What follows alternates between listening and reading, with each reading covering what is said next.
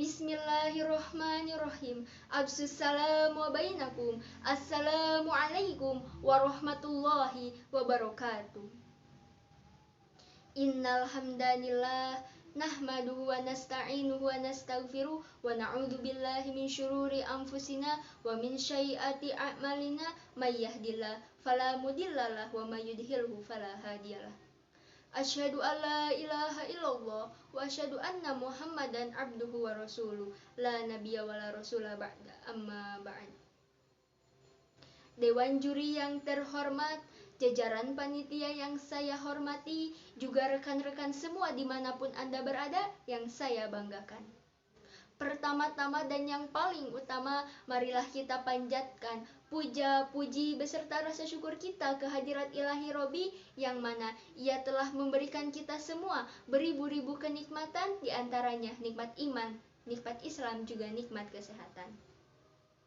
Sholawat beserta salam semoga tetap dicurah limpahkan kepada junjunan alam, Rasul para anbiya, pemimpin sejuta umat, panutan kita semua, yakni Habibana wa Nabiyana wa Rasulana Muhammad sallallahu alaihi wasallam.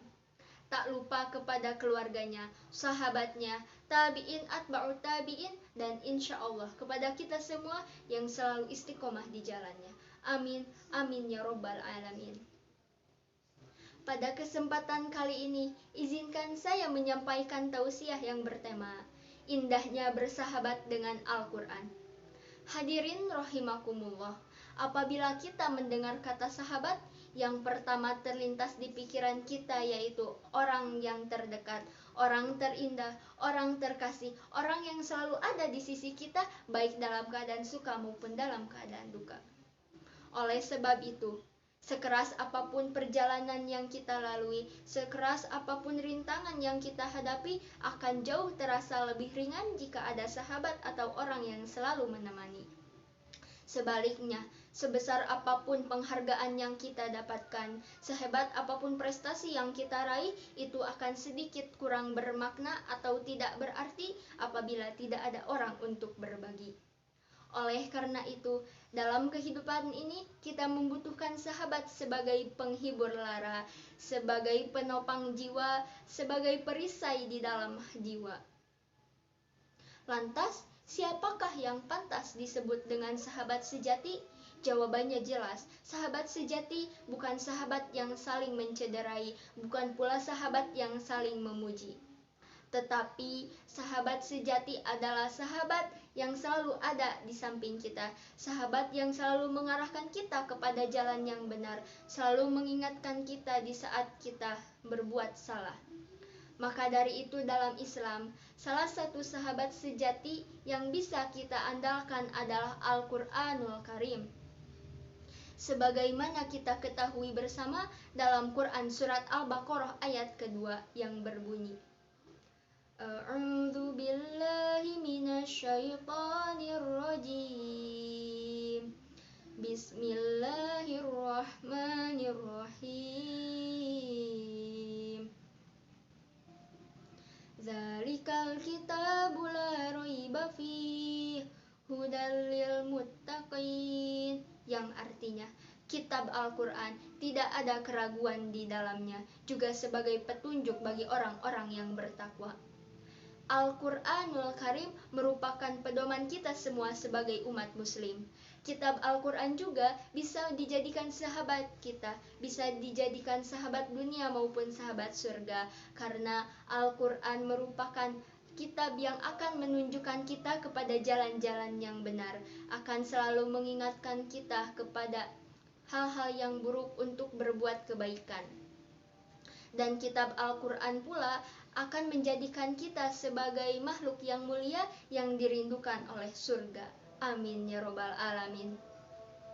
Hadirin yang dirahmati Allah, untuk menjadikan Al-Quran sebagai sahabat kita, maka kita harus memposisikannya agar selalu dekat dengan kita. Ada 4 langkah untuk menjadikan Al-Quran sebagai sahabat kita. Yang pertama yaitu membacanya.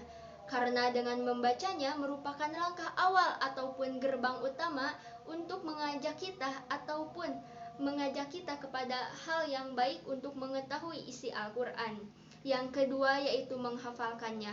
Ayat demi ayat yang telah kita hafal akan tersimpan di dalam hati kita, akan tertanam dalam batin kita, dan apabila kita mengingatnya, kita akan merasa nyaman.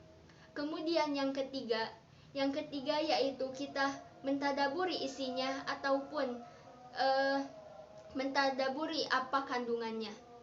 Karena apabila kita mengetahui isi dalam Al-Quran, maka kita akan mengetahui apa saja yang Allah perintahkan dan apa saja yang oleh Allah larang dalam agama Islam.